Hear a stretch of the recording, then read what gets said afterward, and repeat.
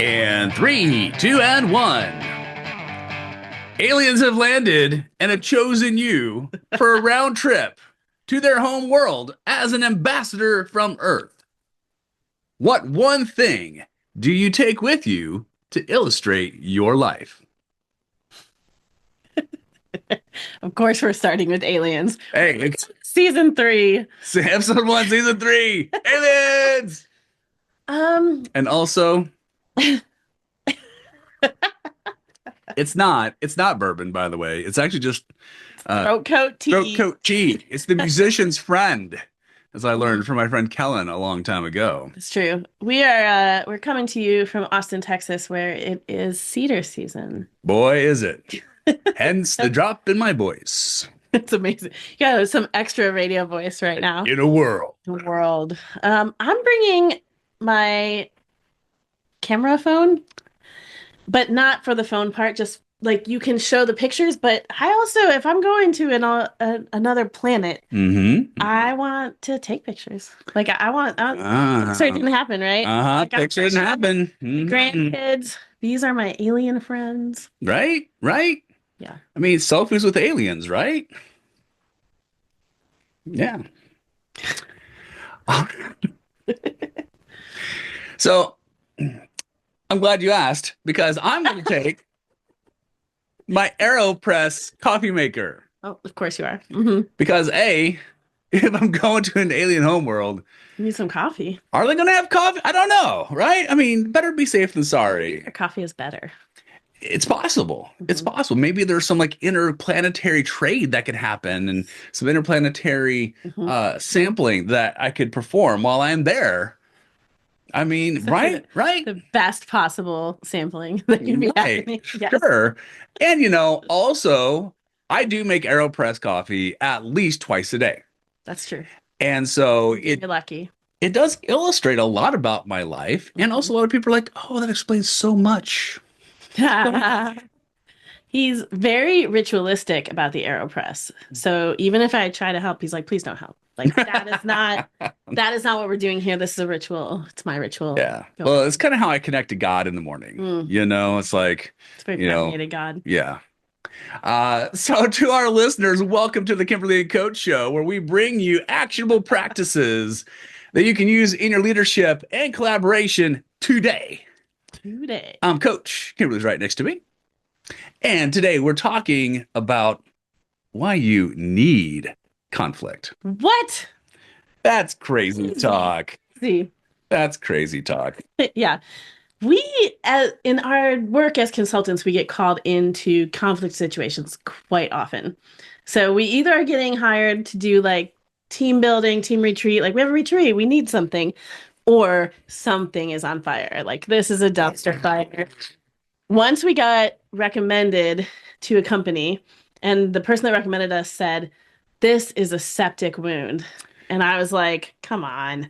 And then I got in and I was like, the owner of the company said, do you think you need hazard pay? I was like, yep. Maybe. So we do get called into conflict. And what they're often asking for is, could you make conflict stop? Could you make it go away? And the answer is nope. Because you actually need conflict. You don't need to stop having conflict. You need better conflict. You need tools for conflict. Better conflict.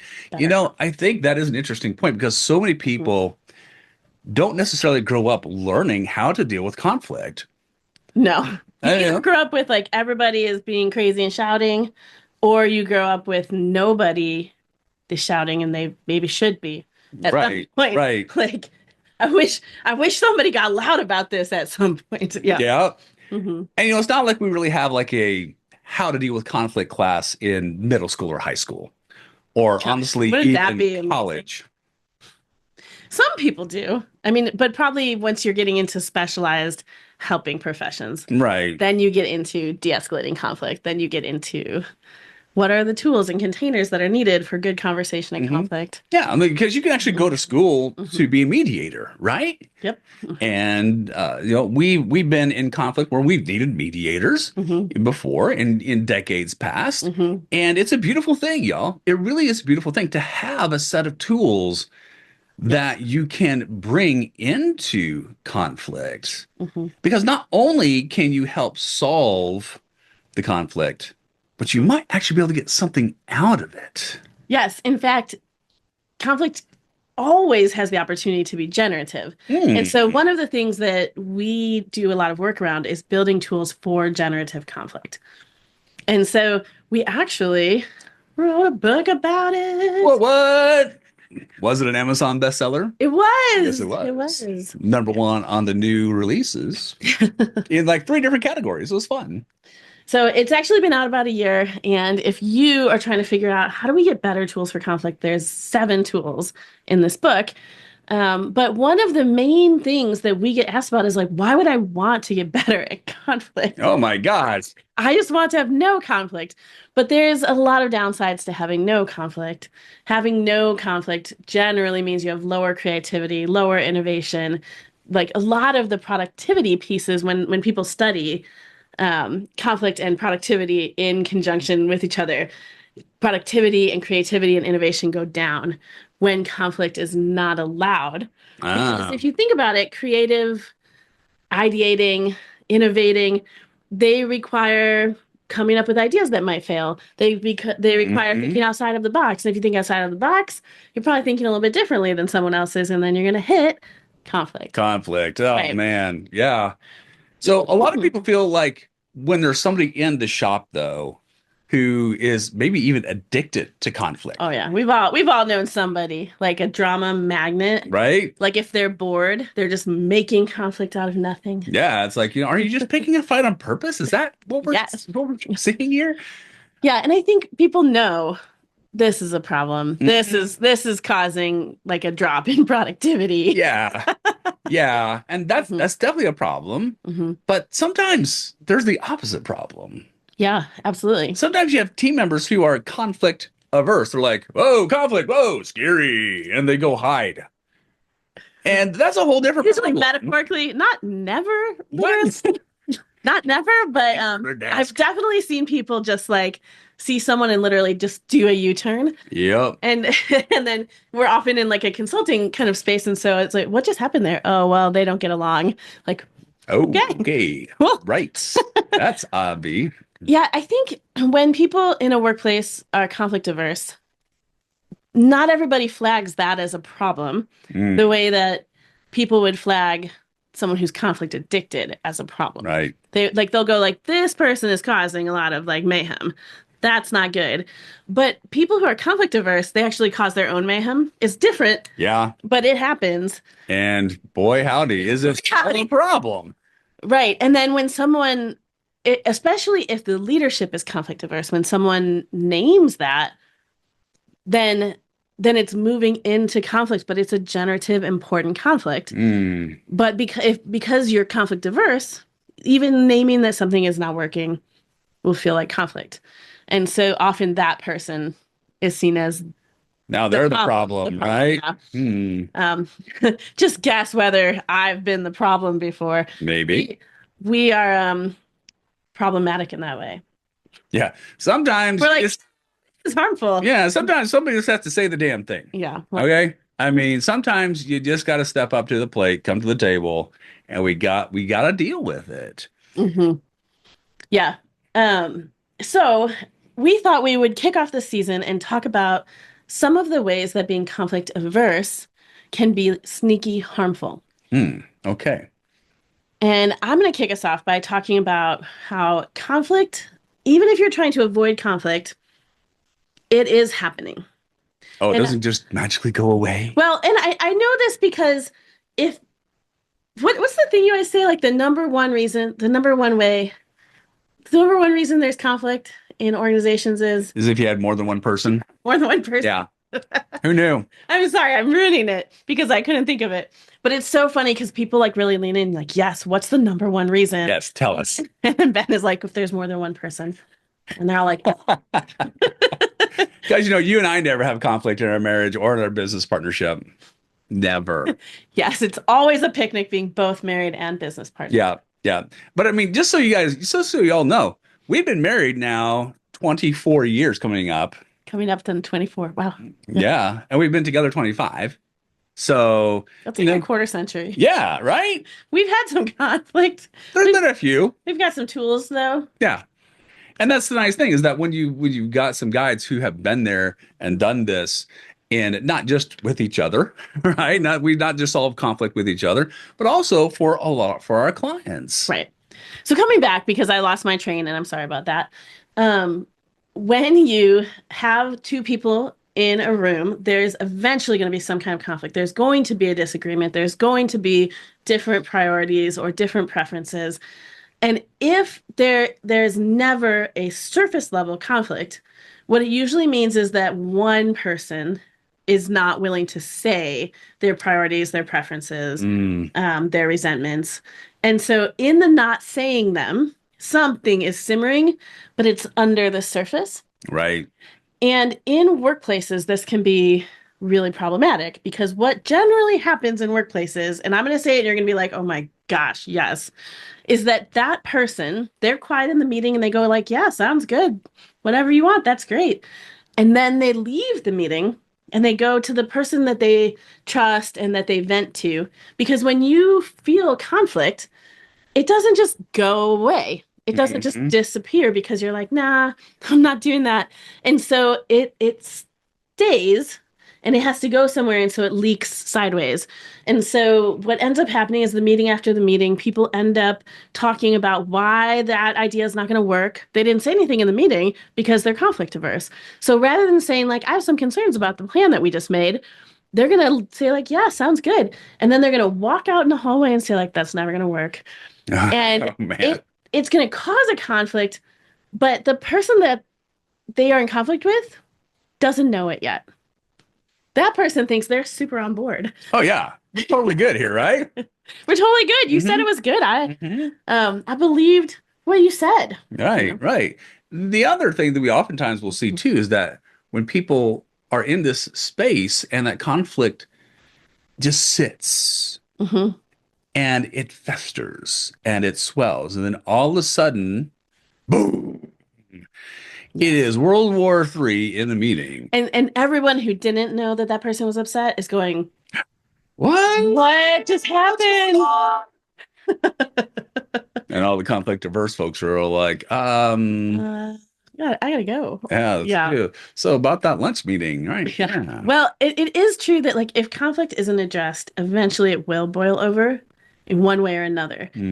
And one of the real downsides of that is that you are going to end up trying to untangle months worth of conflict because all of the conflicts that went unnamed, they're still in that jar. They're still there. Getting all tangled up. You know how like headphones, how we used to have wired headphones, like, like a billion years ago, back in the day. You know how if you're like cassette tape, Walkman. Yes.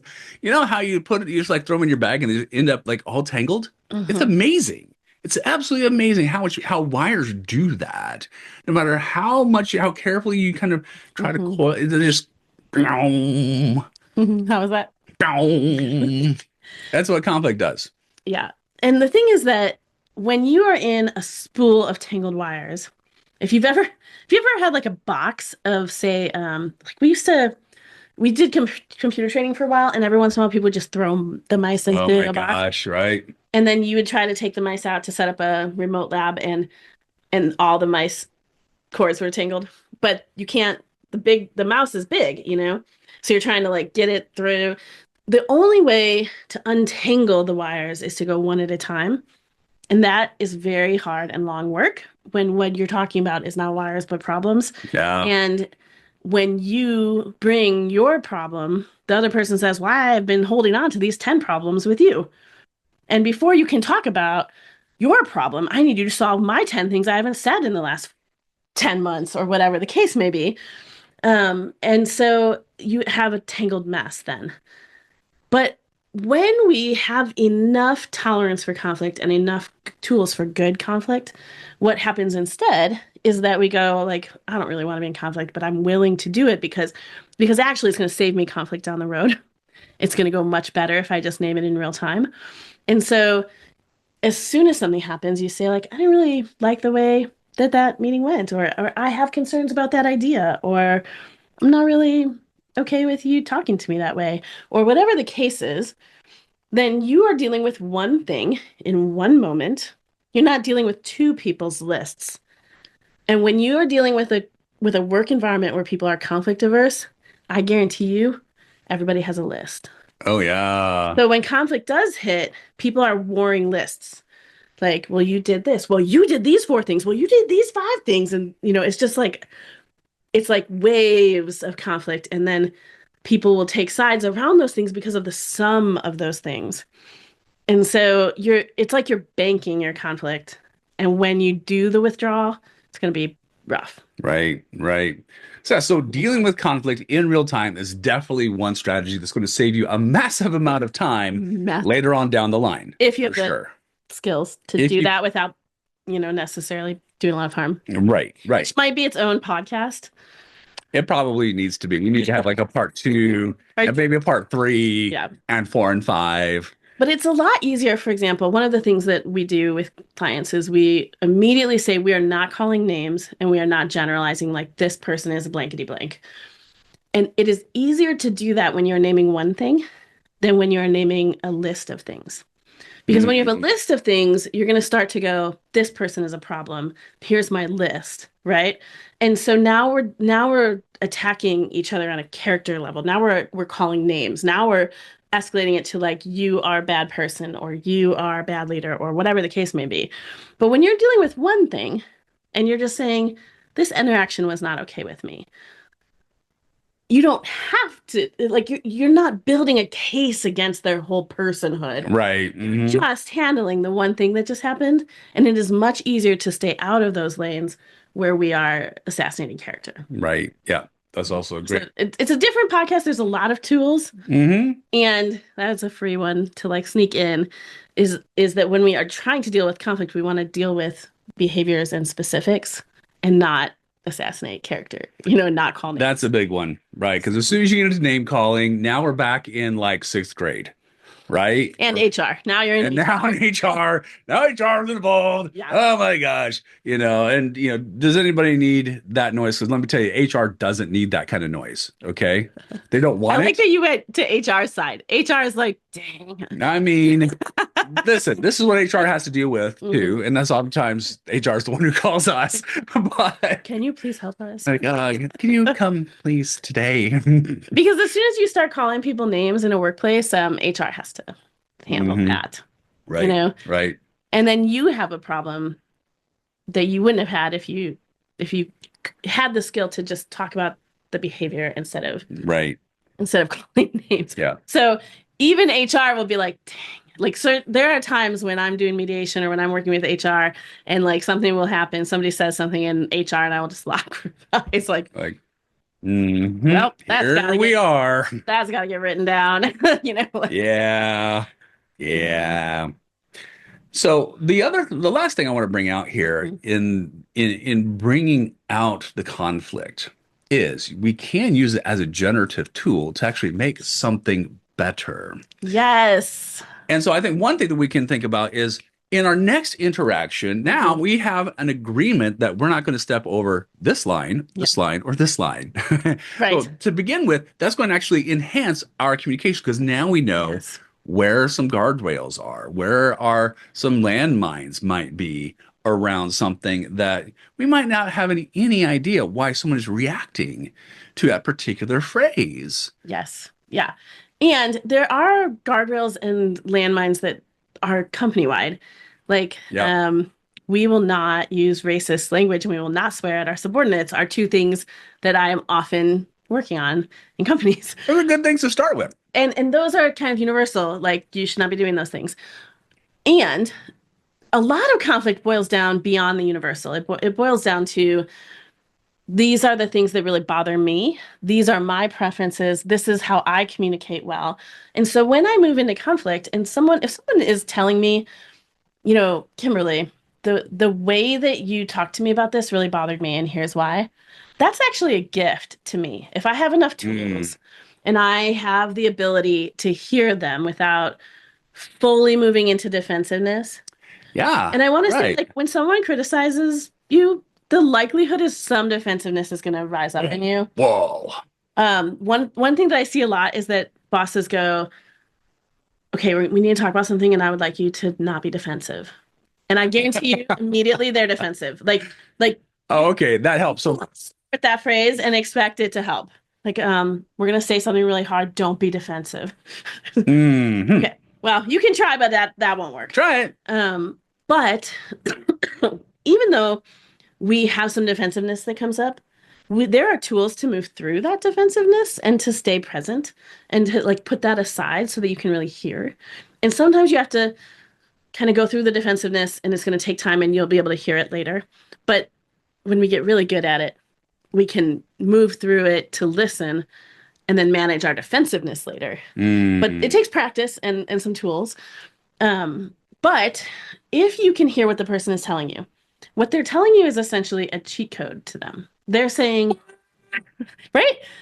I live with computer people, and my son just turned 14 and is a gamer, has a gamer YouTube. Drop a comment if you want to follow it. But he's gonna be so happy. But when we have this cheat code, when someone says like, this way of speaking to me will not get you the result that you want, that's a gift. Yeah.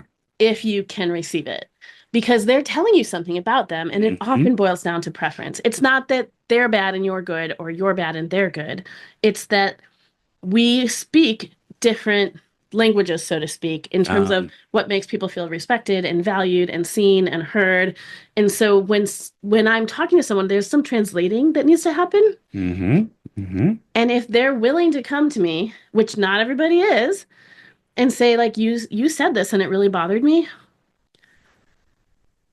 a lot of people wouldn't do that. They would just be bothered and talk to someone else. So if someone's willing to come to me and tell me that, I want to hear it. I want to look at it as a gift. It's going to generate better connection. Yeah, right on, right on. Well, if you want to learn more about this, there's a book. It's available on Kindle and in real paper, if you like real paper. And also, something else that's interesting, too, is that you could also join our Better Leadership Lab community. Yes. And we're so excited. This is the first season that it's going to be available. So our podcast will live in the Better Leadership Lab, too. So you'll never miss one if you're part of the community. It's free to join. And we'll have any tools that we're offering or that like come alongside some of the speakers. Sometimes they have something to offer, and we put it in the show notes, but a lot of people are listening on Spotify, and like it's not easy to access all the time. So there will be resources from us and from our guests on our podcast in the Better Leadership Lab. Yep, right. And you can find that at betterleadershiplab.com. So easy. It's that easy. betterleadershiplab.com. Yeah. All right. To you, our dear listener, thanks for tuning in to the Kimberly Coach Show, where we endorse selfies with aliens as a way to intergalactic peace. We'll see you next time. I was trying to be like a selfie with you. No. Am I the alien? Yes, okay. Obviously. All right. All right. Peace. Cheers.